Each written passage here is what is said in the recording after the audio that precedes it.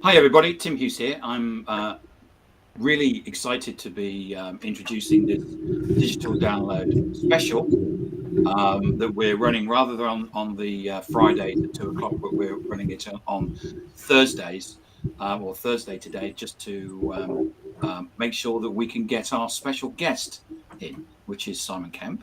So, welcome to Simon. We'll do some introductions. Unfortunately, Lorena hasn't been able to make it yet, so I'm hoping that she's going to join us. But she did say that she was going to try, but maybe she's going to send some apologies. I don't know yet. Let's do a quick round of introductions. Alex. Good morning, all, depending on where you are. So my name's Alex Abbott. I'm the founder of Sapiro. We're a B2B sales consulting firm focusing on value creation and enablement. Rob. Good morning, all. I am Rob Durant, founder of Flywheel Results and a proud DLA partner. And it's what, 5 a.m. with you? It's now 6:01. Okay, fine. Thanks. Lenwood. Good morning. I'm Lenwood Ross. I'm the founder and CEO of Accelerate. We focus on human-centric talent acquisition, and I'm a partner of DLA Ignite. Adam. Hi, everyone. I'm Tim's business partner and co-founder of DLA Ignite, and I'm just bowled over by the fact that two people from America would be on this call at 10 o'clock in the morning. I think that shows incredible. This is the earliest. And especially is that we changed our clocks, so it's. I think that helped, actually. They changed it, so it was. They said that the earliest that they could do was about 6 o'clock, so we actually got that. Anyway, Simon, do you want to introduce yourself? And do you want to also give some context in terms of what data that we're going to talk about and explain how you put it together and where you get the data points from and stuff? That would be excellent. Sure. And thank you so much for coming on and talking to us. Thanks for inviting me, and thanks to the guys who woke up ridiculously early. So both Linwood and Rob, thank you for sacrificing sleep to join us today. That's deserving of quite an accolade. So I'm Simon Kemp. Nice to meet you all. I run Kepios, which is an advisory service that helps the world make sense of what people are really doing on the internet. I also run Data Reportal, which is where we share all of the reports that we produce in partnership with We Are Social and Hootsuite. So if you've seen those reports before, you know what we're going to talk about today. If you've not, these are probably one of the most widely read resources for making sense of digital behaviors in every single country in the world. So we cover 245 countries in a certain amount of detail, some of them more than others. The only two countries we don't cover are North Korea, because there's no internet there, and Pitcairn, which is a tiny little island in the Pacific where there are only 55 people, and therefore any data might be personally identifiable, therefore we don't share it. For everything else, we do what people are doing on the internet, social media, mobile devices, e-commerce, and increasingly we're looking at the way that people engage and interact with digital marketing as well, but from the audience perspective. So those are the numbers that we're going to go through today. We've got a bunch of partners that help us collect and share that data, so especially folks like GWI and Statista, but there's a whole bunch of other fantastic people in there. I will try and call them out appropriately as we go through the data, so you know, as listeners and viewers today, where you can get more of these fantastic numbers. And I think that certainly in my own personal opinion about the data, there was another set of data which became and the person that put it together, she moved jobs, didn't she? And then the whole and so what your data has now become the data point for the internet and social media. That's my opinion, but I don't see yet. You know, it's the and I know that over the last few years you've gone through and worked with organizations so you know it used to be global, and then you've brought it down to the different regions, and then you do it now by country, because I've been on lots of your seminars and people go, do you have the figures for Sierra Leone? And you go, well, yeah, it's out next month. Yep. Absolutely. And in fact, just on that, they are all out in February. So the brand new set of data, we're already working on it. We will have our new country reports in February 2023. So hopefully very soon we will have a new round of numbers. But obviously, we've already got the 2022 numbers up there. So if you need numbers now, you can get those. And they're all free. That's the thing I completely forgot to mention. You can access all of these reports completely for free whenever you like over on datareportal.com. And every presentation I give, because we all use the data. And I always say, follow Simon Kemp. which then always, and I now come to, when I do webinars, I always come with your LinkedIn URL to get people to follow. Nice. So Thank you, sir. just sort of let you know that. I think the thing about your data is that it's in a world of superlatives and sleight of hand, it is one truth point around data. And what's really interesting is that in every presentation that I've done where I have used one of your slides and said, this is from, and told them exactly where it's come from, it's the one piece of data that we never, ever, ever get challenged on. So, for example, there will be large pale blue CRM companies that produce data about stuff. And typically you would show that sort of data to a prospect or a client, and they would say, well, of course, they've got a vested interest in saying that, haven't they? And they have, and I'm not saying that the data isn't true because of that, but there is always an undercurrent of, okay, this is helping to tell the particular narrative that I want to tell in order to sell more of my product to somebody. Whereas yours, we put the stuff up and people just go, okay, that's really interesting. Never is there a question that there could be an undercurrent of sleight of hand or not complete transparency. That's the plan. I think, as I'm sure we're going to dig into some of the individual numbers. So just to give some context to that before we go in there, all research, all data has its flaws. None of the numbers in our report are perfect in the sense that numbers are only ever the start of the conversation. Data isn't an answer. It is something that allows you to make a better informed decision, which leads to an answer. But without data, you're going to be guessing in the dark a lot of the time.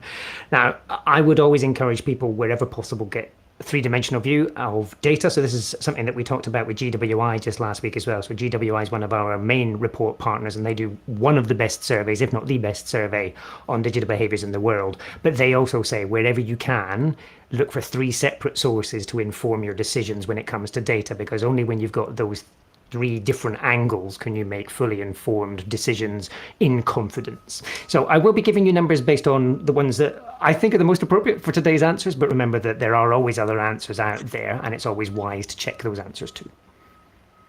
Yeah, I saw a piece of research recently which said we asked email marketers what they thought of email marketing.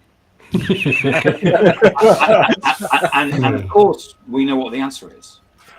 Email marketing. So there is data, and there's data. There's also, and I'm not going to name them, but there is an individual who constantly leaves comments on LinkedIn that says this has to be true because it says so in my book. His book. It's a good perspective. And his book is based on opinion, not on data. So there is this certain amount of not saying it's fake news, but there's a certain amount of a line between what is what is real and what is not real. Artistic license. Yes. Who wants to go first in asking Simon a question? I'm happy to. Yeah, go on, Rob. So, Go, Rob. Simon, one of the charts that stood out to me most was the social media platform audience overlaps chart. Yeah. That's in your deck. That was slide 113. What do you To be precise. think? Yeah. Of the hundreds that are in there. What do you think are the implications and maybe more importantly, the suggested actions for marketers when, for example, they see that over 50% of the LinkedIn users are also on TikTok? Yeah. So, Rob, this is one of my favorite slides as well. Thank you for bringing this one out. So this comes from GWI. You're going to hear reference GWI quite a lot here because I use their data for all sorts of things. But so their survey analyzes working age adults, so 16 to 64-year-olds across 48 of the biggest economies in the world. That base, just to give you a perspective, is roughly 80% of all the internet users in the world. So it's pretty representative of everybody out there, although admittedly it focuses on larger economies. But nonetheless, considering that that is a big chunk of the social media world, that data provides fascinating insights. We could quite easily talk about that single chart for at least a full hour, if not more. But let me give you a couple of things that I pull out of that. I think the most important one, so the key stat that I would focus on in there is that regardless of what social platform you're looking at, even the very biggest of the platforms out there, you're going to be able to reach more than 98% of the users of any given social platform on at least one other platform. So this idea that you can reach unique users on a particular platform, there's going to be one or two of them, but in reality, you can reach social media users across multiple platforms on a regular basis. And that then leads you to much more interesting questions. So let me step back a bit even from that chart. 93 to 95%, depending on which set of stats you look at, of internet users already use social media if they're in the relevant age groups. So obviously most social platforms restrict use to people aged 13 and above. 93 to 95% of internet users already use social media. 75% of all eligible age groups, regardless of whether they're even on the internet, use social media. So it's clear that social media as a base is huge, right?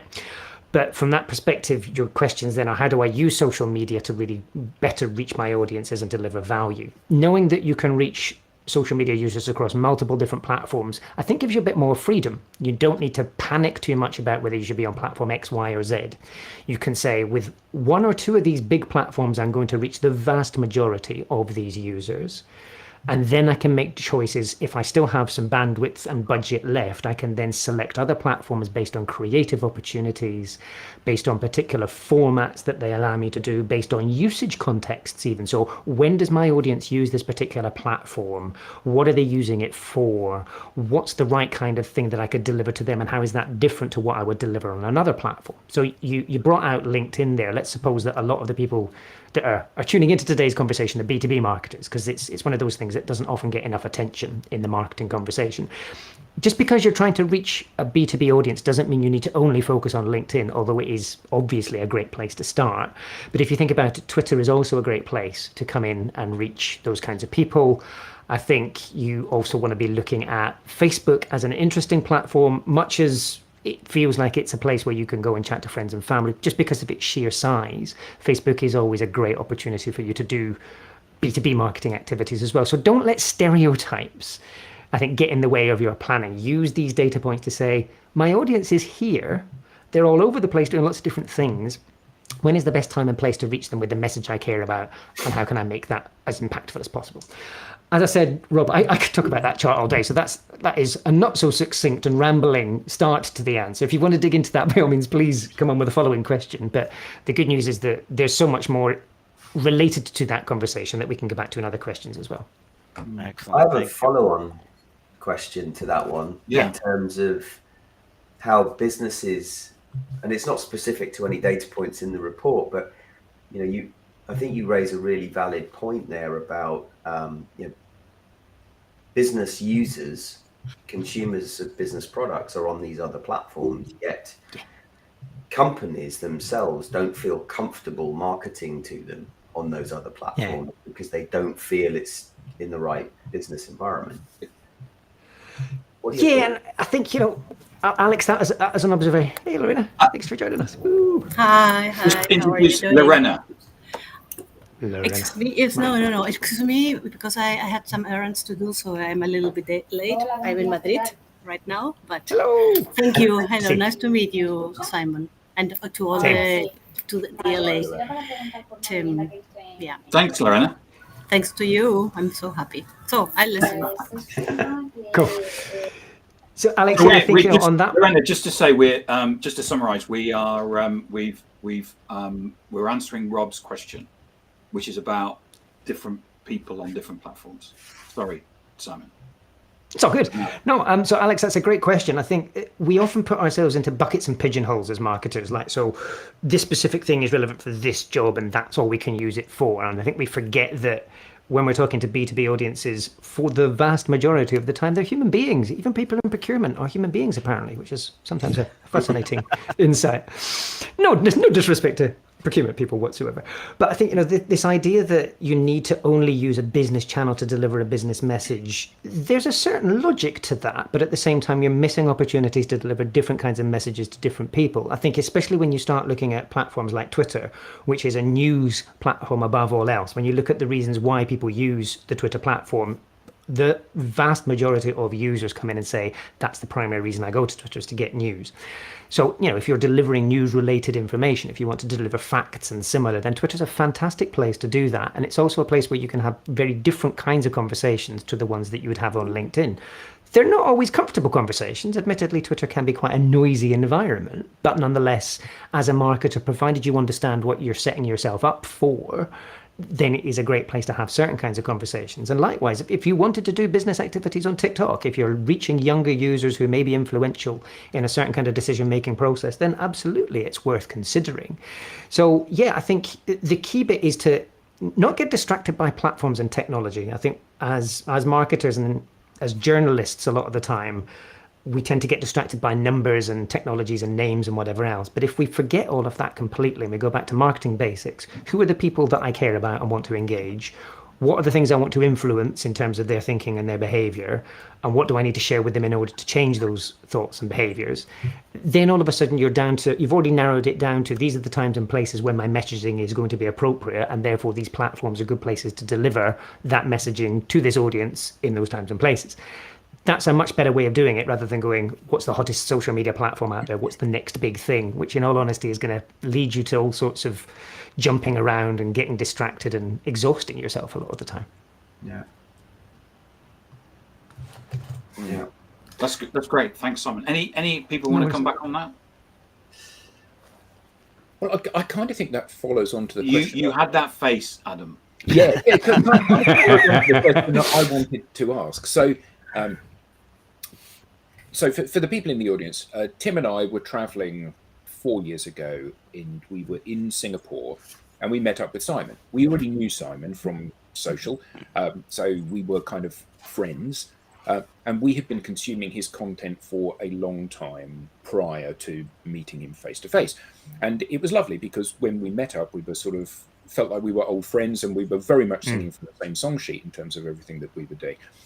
And tracking back over the data, one of the things that's really interesting is that the growth of social media platforms, as they have got bigger and bigger and consumed more and more of people that are on the internet, it is natural to assume, as you are pulling new users from an ever-decreasing pot of people who are not currently users, the rate of growth will slow.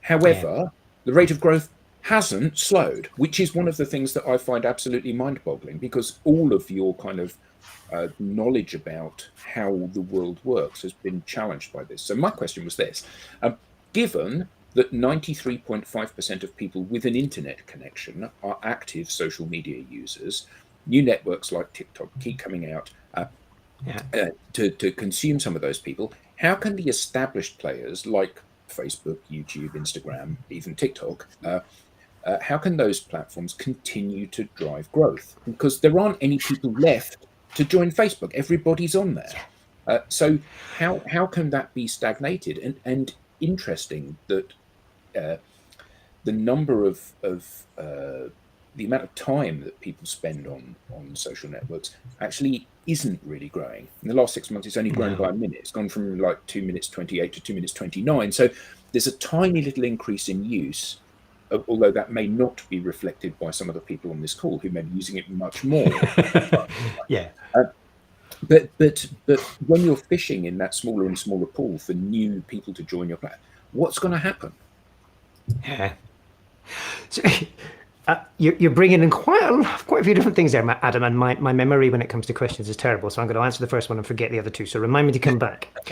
So first of all, actually, we are starting to see growth slow, but I think that I'm gonna come back to explain why we don't need to worry about that. So we saw a big surge in adoption of social platforms during the COVID years, as they're going to be forever known in my lexicon. So the COVID years, we saw this big boost because a lot of people who had resisted coming on to social platforms up until that point realized that that was the only way they were going to get to speak to their grandchildren, or that they were going to be able to carry on doing their business and whatever else. So there was an artificial acceleration of adoption during the past 2 years, and inevitably that brought a lot of the remaining people that weren't using social, who were already online, into the social world. We're going to see those numbers slow down. So the most important reason for that is is the adoption of the internet cannot continue to grow at the rates it has been. So by the end of 2023, more than 2/3 of the world's population will be online. They will be a supermajority. The laws of maths state that it cannot continue to grow at the rates that it had been indefinitely because there are just not enough people, exactly as you said, Adam. So we're going to see those growth rates slow down. That is not in any way a problem because scale is not the answer here. So we've already got close to 3 billion users on Facebook. We've got more than 2.5 billion on YouTube. We've got more than 1 billion on another 5 platforms. Let's stop panicking about scale because the more important number in all of that is that the average social media user of any age across the entire world uses more than 7 platforms every month. So it sort of goes back to Rob's question from earlier. I think what we've got is these overlaps in audiences. We know that there are more than 4.7 billion social media users around the world. That number is more than big enough to justify getting excited. How you then choose to break down where you interact with them in social platforms and whether you even choose to call them social platforms is a much more important question. So to come to your point about time spent, now that time hasn't massively increased. There is inevitably a little bit of cannibalization between some of the smaller platforms to the bigger platforms. But what's most interesting, and this depends a little bit on which data points you're looking at, TikTok has suddenly jumped to almost the top. So this sort of flops and flips every quarter at the moment. Data from data.ai, who allow us to analyze behaviors on mobile phones, use of social apps. YouTube and TikTok fighting and swapping places at the top of those rankings, roughly 23 hours per user per month, which is incredible. It's more than a waking day for both platforms each month. But if you look at where that time has come from, the question is, has the TikTok time cannibalized time from Instagram and Facebook? The answer is there's not a lot of evidence to show that that's been at scale. Most of those 23 hours seem to have come from somewhere else. And I'm guessing a lot of those 23 hours have come from things like broadcast TV. When you look at the people who spend a lot of time on TikTok and the reasons why they're going to TikTok, they're going there to be entertained. They're going there for sit back content. They want to be entertained and amused. TikTok does that brilliantly, and it does it in many cases far better than a lot of the TV options that people outside of Western markets are going to have available to them. Is that social, though? And I think this is where, especially for a lot of the folks thinking about what they do with this information on today's session, is it's great to know there's lots of people using it, but where does it fit in my mix? And I think this idea of a marketing mix is essential. We are not looking at binary choices here because of the fact that people use those 7 platforms, because of those audience overlaps. You can happily use Facebook and Instagram and TikTok and LinkedIn and Twitter in your marketing mix at the same time, if you've got the resource and the bandwidth to do so. But is that the right thing for you to do is a very different question. It's down to you, your brand's needs, your audience, and all those kinds of things for you to make those choices. The data helps, but ultimately you're going to need to make a decision. But yeah, so I think a couple of takeaways from that question, Adam. Don't worry about growth. Growth doesn't matter anymore because it's so big anyway. We can pretty much say that everybody who wants to use social media is going to be using it at some point in the very near future, and therefore that's great. It's no longer a question of are people there, are our audiences there? They are. But how you use it is the much more important question, and that's going to come down to spending a little bit more time as a marketer or as a business person or even as a government analysing what people are doing on these platforms and then how you use that to your advantage. Brilliant. But although, as you were talking, you said something which I found really interesting. Well, you said lots of things that I found really interesting, but one thing in particular, one throwaway comment, which was, even if we decide to keep calling them social platforms. Yeah. Unpack that for us, because that's an interesting. Have they moved from being a website to being so embedded in people's lives that they're not social platforms? They're just part of, like, email. It's not a comms channel. It's just email. Yeah, that's right. So I think, and the rest of the folks in the session as well, feel free to dive in with your questions and observations on this as well at any point. But just to unpack that, the reason I gave you that throwaway comment, this is one of the things that we're spending a lot of time with our Kepios clients talking about, is by lumping all of these things together in this bucket we call social media, we're then fighting for budget that has been assigned to that in daft ways. In my mind, if you're building a marketing plan today, especially with the rise of ad-supported streaming platforms like Netflix, if you had to choose how to allocate your budget between Facebook, TikTok, and Netflix ads, I'm inclined to say TikTok is closer to Netflix today than it is to Facebook. And from that perspective, a lot of our decisions as marketers come down to how we allocate our limited resources, time, effort, budget, and similar. Calling TikTok a social platform just because it allows comments. News websites allow us to leave comments. Are they social platforms or are they news platforms? I think it's these daft things of, it doesn't matter what we call it. It's that classic Shakespeare quote, a rose by any other name is just as sweet. That's the point here. These are environments in which we can deliver content and engage people in activities that matter, whether it's conversational or otherwise.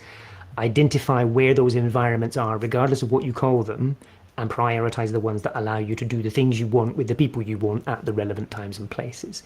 So yeah, I think that's the key bit here. I wouldn't really think that TikTok is a classical social media platform, and that in no way affects whether I think it's good or bad. It's an amazing opportunity that does a lot of different stuff, and it's worthy of analysing on its own merits. So we've talked a little bit about that, and I know that Lenwood's got questions as well. He's been waiting patiently there, and obviously Lorena as well. Whenever you want to dive in too. It's a fascinating conversation, and this the idea of it's actually not that I probably more than the average person am focused on social media, but the depth in which you're talking about it is showing that I've got much more to learn. So thank you so much for what you're sharing here. One of the things that as you were explaining that I really was questioning is whether many organizations, and maybe this isn't a question for you, but just a question generally, which is whether organizations really have sufficient resources allocated to understanding the platforms and their audience and the type of content that would work best on that platform and how they should be using it with employees. I mean, are people do they really have enough resources dedicated to this? Brilliant question. One of the biggest challenges, I'm sure so many people joining today's session are going to relate to that question as well, because a lot of the time I feel overwhelmed by what's out there. I'm doing a presentation for one of the world's largest advertisers, preparing that at the moment. And even, I'm like, I have to go onto the internet and see what are the social platforms that everybody is talking about today so that I can make sure I'm addressing their questions. In theory, I'm tracking all of these things, but maybe there's one I've missed. I get this FOMO and this fear that, my goodness, there might be something out there that I've missed. I was on Wisdom last night. Wisdom. So I don't even know what Wisdom is. Tim, what's Wisdom? It's a podcasty type platform. I'll be It's a speaking social with somebody. audio. Social audio is the bracket would be. Social audio, okay. I'll be speaking with somebody who's launched Frankie later today. It I've got is FOMO again now. I'm terrified. it is food reviews. Lovely. Interesting. That one I'm gonna. What was that again? Was it called Frankie? Frankie. Definitely gonna check that one. Franki. Thanks, Rob. Another one to add to my list. Things to go and analyse. But Lenwood, if it's all right for me to sort of take that question a little bit further, I think this is one of the things that keeps us up awake at night, and in reality it shouldn't, because we don't need to know how all of these things work and what they are. So I think this goes back to Rob's initial question of, because there's so many overlaps between the audiences of all these things, in all honesty, we're speaking to the same people again and again. I think this is the most important thing. So as you go through 2023, as new platforms come along, I'm guessing we're going to get a question about BeReal. I'm checking the questions now. I'm guessing we're going to get a question about BeReal from somebody at some point. I think BeReal is fascinating as an environment, but should you as a marketer be prioritizing it? Let me give you some context to that. There are currently roughly 20 million daily active users, depending on which data source you look at. And there's all sorts of wildly differing stats there. But the one I'm going to choose out of everything I've seen, 20 million is probably an optimistic but fair assessment of the number of daily active users on BeReal. There are 2 billion daily active users on Facebook still, despite all of the media stories of Facebook is dying and all the other nonsense that you'll read in those clickbait headlines. Facebook still has 99 times as many daily active users as BeReal. Now, does that make one of them better or worse for your needs? depends entirely on what you're trying to do. And I think as a marketer, we need to stop getting distracted by all of this hype and hyperbole and superlatives, as Adam was saying earlier, in all of these headlines. Those numbers are interesting, but they're not the answer to our questions. If you know that you want to reach a very specific niche of people and you know you can find them all on Reddit, Reddit is a great place for you to be. That doesn't mean it's the only place you should be. So I think as a marketer, don't panic. You definitely do not need to be on all of them. And I think that's the most important takeaway from that overlaps chart, is doing one or two of these things. Doing one, in fact, well, is more than enough to get you most of the way done. So theoretically, I live in the world of social media. I publish stuff to all sorts of different websites and whatever else. I do LinkedIn as my main one, and that's 80% of my effort. I then do a bit of Twitter, and that's probably the remaining 19%. There's 1% left, and occasionally now and again I'll put something up on Facebook. But in all honesty, even though I know the value of it and I know what could be achieved if I invested lots of time and effort in doing different things, doing one or two things and doing them well is way better than spreading yourself thin across too many things and making no impact. So yes, Benwood, it is incredibly difficult to keep track of all digital trends, but you don't need to. Yeah. But FOMO is real. Oh, totally. Absolutely. Do not disagree with that whatsoever. But I think it's just, it's like saying, what are all the great parties I'm missing while I'm at this one? It's like, it's not going to do you any favors. You're just going to end up exhausted and ill by the end of it. And, actually, there's a lot of stuff going out. So the folks at Hootsuite have been doing a lot of things recently about the mental health issues that are faced by a lot of social media practitioners because they're stretched in so many different directions. I think it is an important thing for us to consider. Your job is not to be everywhere all the time. Your job is to deliver your objectives as best you can with the available resource. Let's not kid ourselves. We're not superhuman. Do the best with what's available to you. Yeah, I like As that. a marketer, is there value in first mover advantage? There is, but goodness, it's hard work to do it more than once. And you are absolutely clutching at straws each time. So that's a very pertinent question. Thanks, Rob. I was thinking about this earlier today. There is always a brand or two that does an amazing thing on that new platform and they make the headlines and everybody's like, if only that had been us. I can name you one or two brands that have done that consistently on more than 3 platforms. And that's about it. The rest of them, they're a one-hit wonder, and that's great for the short term. And look, by all means, I'm not dissing it, but I'm just saying, wow, that's hard work. If you're trying to do it every single time, you've got to be incredibly creative. You've got to have resource. You've got to have time. To be honest, I would much rather invest my time and effort as a marketer with limited resources in the place that I know we're going to deliver a great result. And if the next big thing becomes a really big thing, I'll learn how to use it in due time. So yes, first mover advantage for every now and again. It's like the stock market. You can quite easily be the guy that makes $1 million. You can be the lady that makes $1 billion in crypto. But there's one of them out of the millions that lost money. So, yeah. And so just picking up on William Shorten's question there, picking up the being real. Simon, how do you turn up to those different platforms and how do you flex your authentic personality? Brilliant question. Thank you for that. So I think, William, in response to that, how do you turn up there? I think the first thing to do is understand how the audience uses it. Well, first of all, let me rewind. Do you need to be there, and is it a better use of your time and effort versus all the other things that you have available to you? So that's the first question. What is it that you think you're going to be able to achieve differently on that platform that you cannot achieve on the ones you've already got your head around? Considering that, especially when it comes to BeReal as a platform, all of the users on BeReal use another platform. It's just inevitable at the moment. You're not going to get any unique audience there. So this is not a new user. This is somebody you can already reach elsewhere. You're just reaching them in a different way with a different kind of content. So that's the most important thing. What is it about the platform that entices you? If the answer to that is it's in the headlines and it's got some sexy numbers, I'm going to really frustrate you. I'm going to be inappropriate even for a business conversation. If it's the big numbers that are attracting you, there are plenty of adult entertainment sites out there that have way better, bigger numbers. If it was just those reach numbers that you were looking at, that's what you should be doing. You know that's wrong for your business context, and that's the important question. Is this a good business context for me to deliver results? Therein you start. And then you start to say, from a content perspective, what's good? What's my audience using it for? Why are they turning up there versus Snapchat versus Discord versus all the other stuff? Have a look, have a play around with it, spend some time on there. If you as a user get excited by it and you can see what to do with it, by all means go ahead. I'm going to confess, so Clubhouse, you remember Clubhouse? So I dived in with both feet and all limbs when it first came out. I loved it, and it lasted about 6 weeks, and then I fell out of love with it because it became an ego fest. It was nasty, and I just sort of was like, I didn't need We- to turn we out to didn't another blame room where fun. somebody was.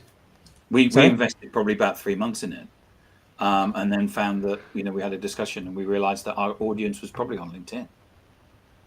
And look, I'm not in any way saying that Clubhouse is not a great place and that the 6 weeks that I spent on it were not amazing. I learned some fantastic insights from people that I would never have connected in other places, and I think that was lovely about Clubhouse is I met different kinds of people, but I just could not continue to invest in it as a marketer over time because other things required me to prioritize. So, William, to your question, that's the first bit of the answer. Your authentic bit is, I think, show up with the personality that's most appropriate for that setting. How you work in your office versus how you talk to your colleagues at the pub versus what you do on a barbecue at your friend's house on a Saturday night are going to be different facets of your authentic self. They're all your authentic self. Choose which bits of it you want to bring to that conversation and be human. I think that's the easiest bit is just don't pretend to be something you're not. Sorry, I could go on all day. Lorena, you've not asked your question yet, so I'm going to Yes, I have pause a there and question. Yes, I've been focus for going you. through. Yeah, thank you very much for the information. And I've been through the analysis, and I saw numbers and numbers and numbers. For example, when you, Hi. no, it's all right. And when you, for example, show numbers about how people or how much people look for branding, you see that Kenya is one of the countries that has the highest number. So when if you think about Kenya, you think it's a poor country. So, and then it brought me to the quality of these numbers, of not the only quantity but quality. So, do you? Because my question actually is LinkedIn, for example, is the emblematic professional network, and it does not appear as one of the highest visited platforms. So, do you consider when you do your analysis only numbers or also quality of use of the platforms, or is this a task that we have to do when we work with the platforms? Yeah. Great question. Brilliant question. Thank you for that. And absolutely, quality is the most important thing. And ironically, I publish quantity so that you can move beyond quantity questions. So one of the, in my justification, in my sort of defense here, all the data we provide is to allow you to move to higher value questions. Like I said at the beginning of today's conversation, data isn't the answer, it just allows you to make better decisions. And I think when you look at the LinkedIn numbers in particular, this is specific just to LinkedIn in our reports, a couple of things to note. One is that LinkedIn does not publish active user figures. Even in the advertising reach figures that they publish, which we share in the reports, that's based on total registered users. So they're not comparable on a like-for-like basis with the other platforms that we include in the report. That's not to say the numbers are in any way better or worse, so don't let that distract you. But it doesn't make that, I'm assuming you meant the list of most used platforms where we've got the 17 platforms with more than 300 million monthly active users. Based on my analysis, and I'm very happy for somebody from Microsoft or LinkedIn to correct me here because I would love an actual number, but based on my analysis, I don't believe that it quite reaches 300 million monthly actives. There are a lot of people that only use LinkedIn very occasionally to update their CV still, despite the amazing opportunities we know it offers. For the average person on the street that isn't in sort of the work that we do, to be honest, LinkedIn is an occasional thing, and it's incredibly valuable when they come in, but they're not going to be in there every day like you and I, updating and posting and sharing. So that doesn't detract from the value of LinkedIn. I think even though it has a smaller niche audience, it's still a valuable one.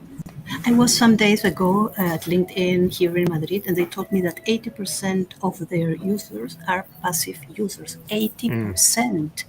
Yeah, it's So quite it's significant. a huge number, yes.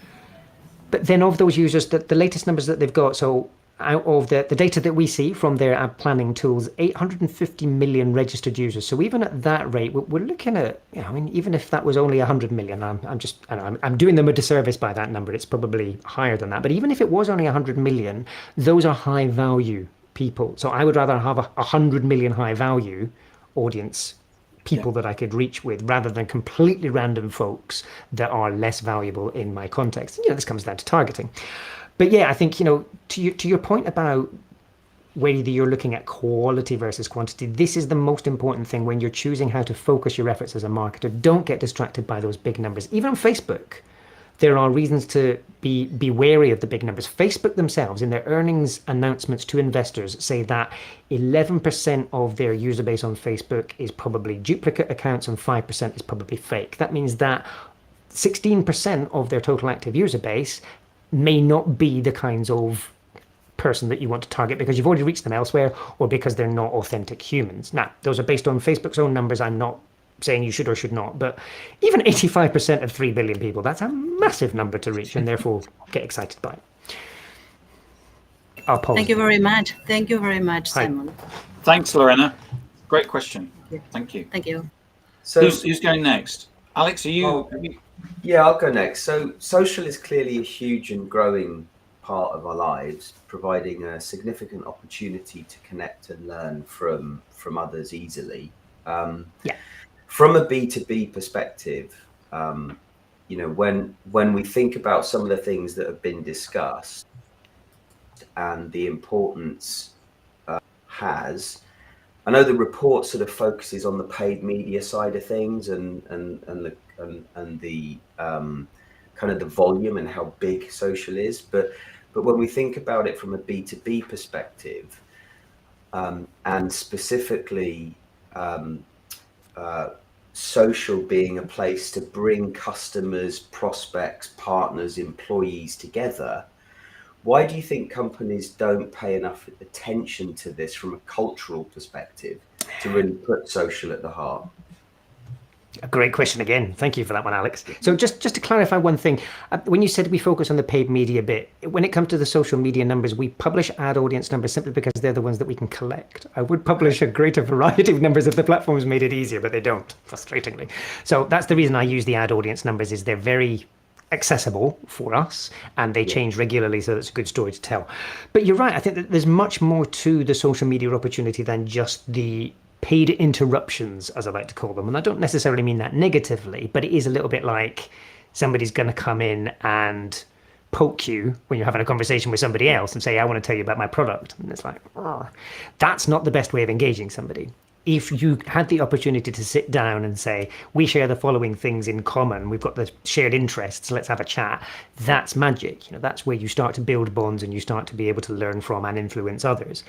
And I think it's that bit that a lot of businesses see social media still as very transactional. So your question is almost the answer, weirdly. It's like, because so many people and so many reports, including mine, focus on that commercial side of things, they miss the softer side of things. They miss the much more qualitative value of these platforms. Because it's not being reported at a boardroom level, finance don't see it, procurement don't see it, whoever else don't see it. And from that perspective, then it doesn't get the necessary attention in order to bring it to the top table, which is crazy. Because I think when you look at things like employer branding, just the value of being able to hire the right employees and the right partners and what that then brings to your business, almost all of that is organic. You obviously can invest in paid media when you're doing those activities, but realistically, if you think about your LinkedIn feed today, the companies that you build the strongest favorable opinions of are the ones that are consistently sharing content that adds value to your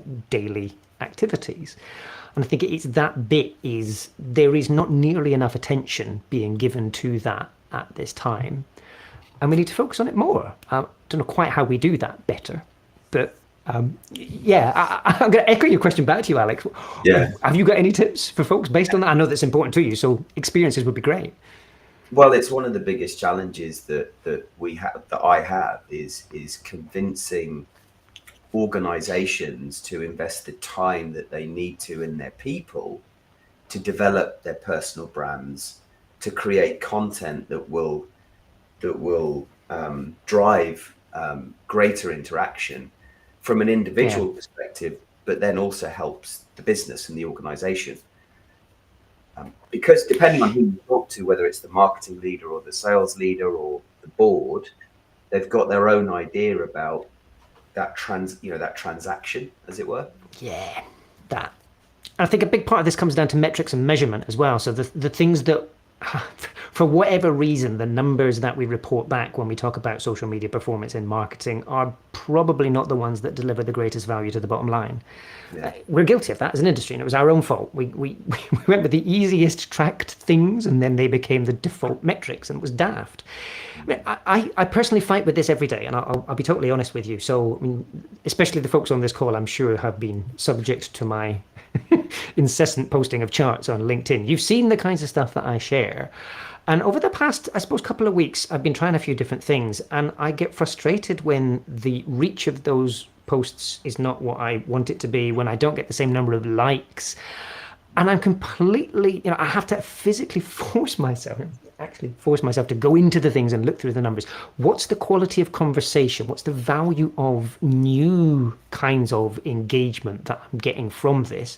And does that have value? The irony is that a post might get a very small number of views compared to what I would like it to deliver. It may get very few likes, but I may get one person that engages with it who becomes a business lead, who becomes a new partner, and whatever else. And that must be where I focus. And yet, as with everybody else in this industry, I get distracted by the headline metrics. I want the instant gratification of bigger numbers. And we're doing ourselves a disservice if we stop paying attention to them and know what matters and measure only that. We'll not only be a lot more comfortable and less FOMO, to Linwood's point earlier, but we'll also have a little bit more sort of focus on adding value, and then we'll know that the time we invest is worth it. But I'm as bad as anybody else, so I think it's easy for dopamine me. takes over, doesn't it, sometimes? It does, Didn't totally, it? and it's ridiculous. Yeah. I'm guilty as well. Great question, Alex. Thank you. And anybody else, or is it just me? It's just you now. So Simon, my question was about search and people using social media as a platform to search. And there's lots of places where we can go to search. Google. I even believe that Microsoft have got a search platform. But people, I'm being told by our customers that they're being found on social media by people coming to social media and searching for stuff. Yeah. So you get some figures. So rather than me giving them, why don't you give us your view and the impact that you have on that? Yeah, just because you mentioned it, I feel like I'm duty bound to give you the numbers now, so it doesn't look like we're being glib. 92, in fact, more than 92% of the search engine market share belongs to Google. Bing then has 3.5%. So just to give you perspective, anything after that has less than 1%. But as you rightly point out, I mean, search behaviors, and I think I need to qualify this because there's a very important difference between search as an activity versus searching for, which is what our audiences, our consumers, our customers would refer to it as. They're looking for information, they're finding inspiration, all that kind of stuff. The number of people who go to social platforms in their broadest sense, I mean, 75+% of people that use social media are going to social platforms to look for information about brands at some point. It may not be the primary reason why they go there, but when it comes to primary reasons for visiting social platforms, finding information about brands, seeking out content from and information about brands, half of working age adults say that is one of the primary reasons why they go to social media. Now, does that mean that they're actively going in there and doing a search for a category and then narrowing down things? No, probably not. They're going in there to see what Nike's just published. They're going in there to learn a little bit more about what the latest SaaS platform is doing on LinkedIn. They're going there to learn about the things that matter to them. Yes, they are increasingly doing active search in there as well, but at this point in time, even amongst those Gen Z, depending on where you are in the world, even amongst that younger group where people are more likely to go to a social network to find information about brands than they are to go to a search engine, the difference is very small. So they're using both, and almost 50% of them are going to both each time, right? So do not in any way think that this move to searching for things on social means that search engines are dead. They are absolutely not, and they're still a critical part of your mix. But what search engines don't do is discovery. So I cannot get serendipity in the Google first page, really. I enter a very specific query and Google has absolutely nailed how to give me a direct response to the query that I entered. That's what we use it for. That's what we expect. That's what we get.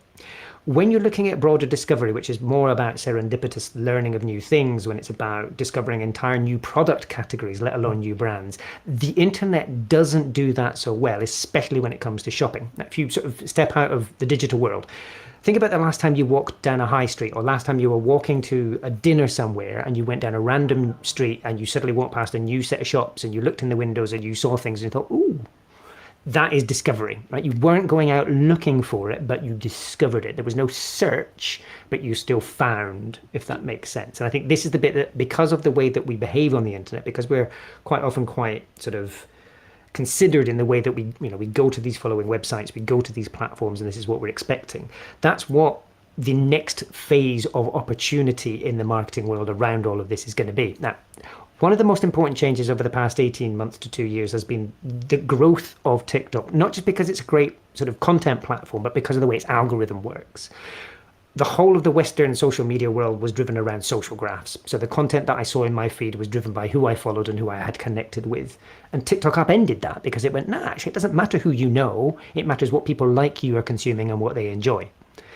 And all of a sudden, obviously, everybody's scrambling because that experience was quite new. Now, as soon as other platforms understand how to do that, that magic is no longer unique, and therefore that perhaps cutting edge that TikTok had is going to be a little bit diluted. But it's now got sufficient momentum that it's not going to lose the gains that it's made.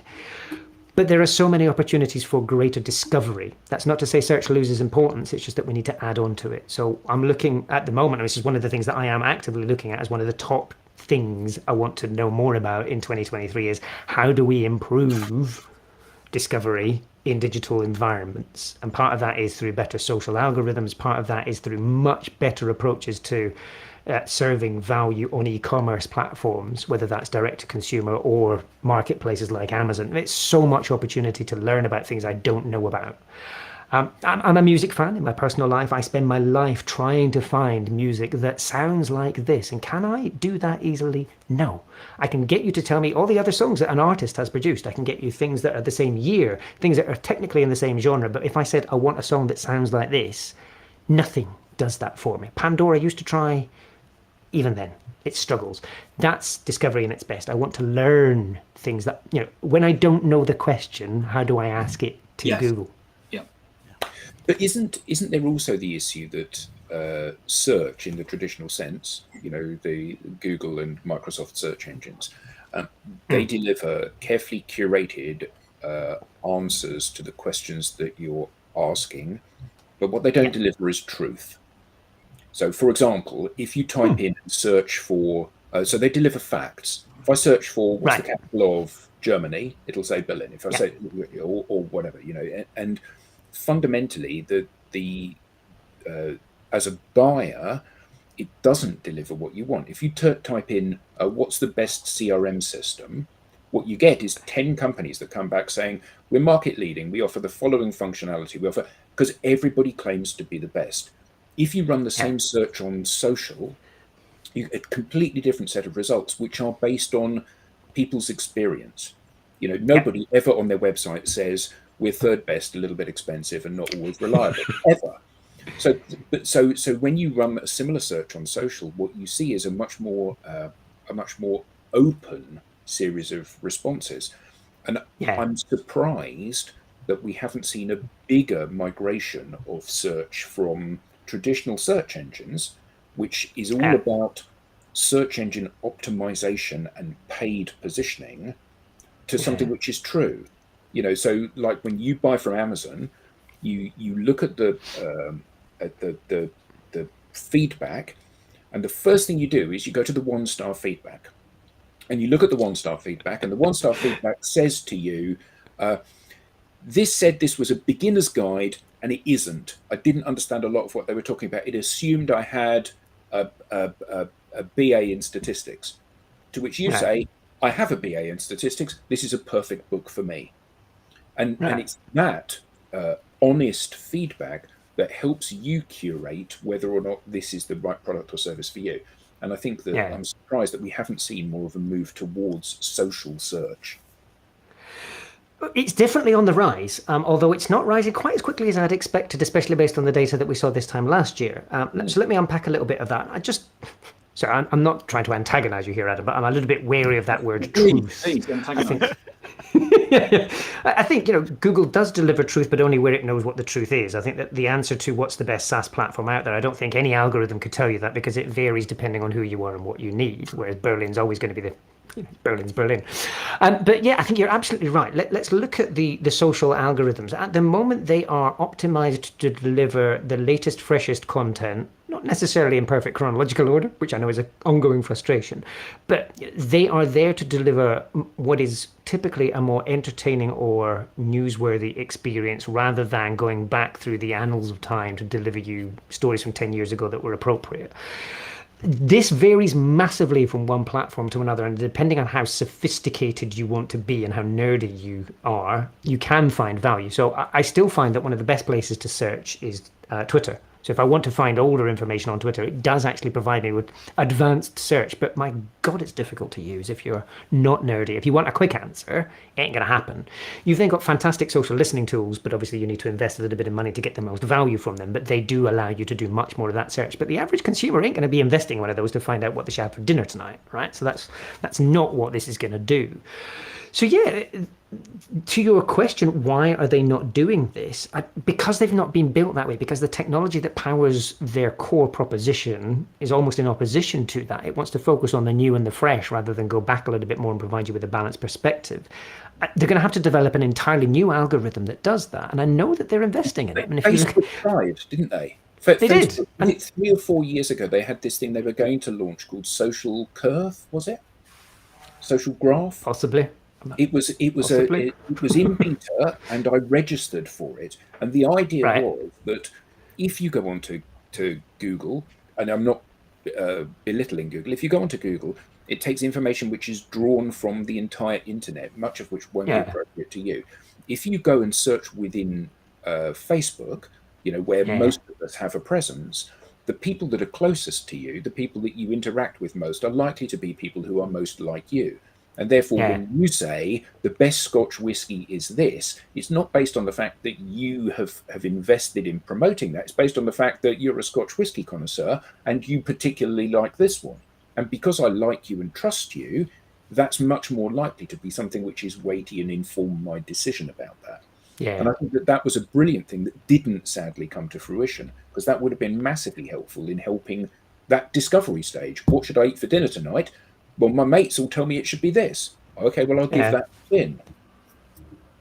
It's interesting when you look at what Facebook are pushing as their latest ad placements.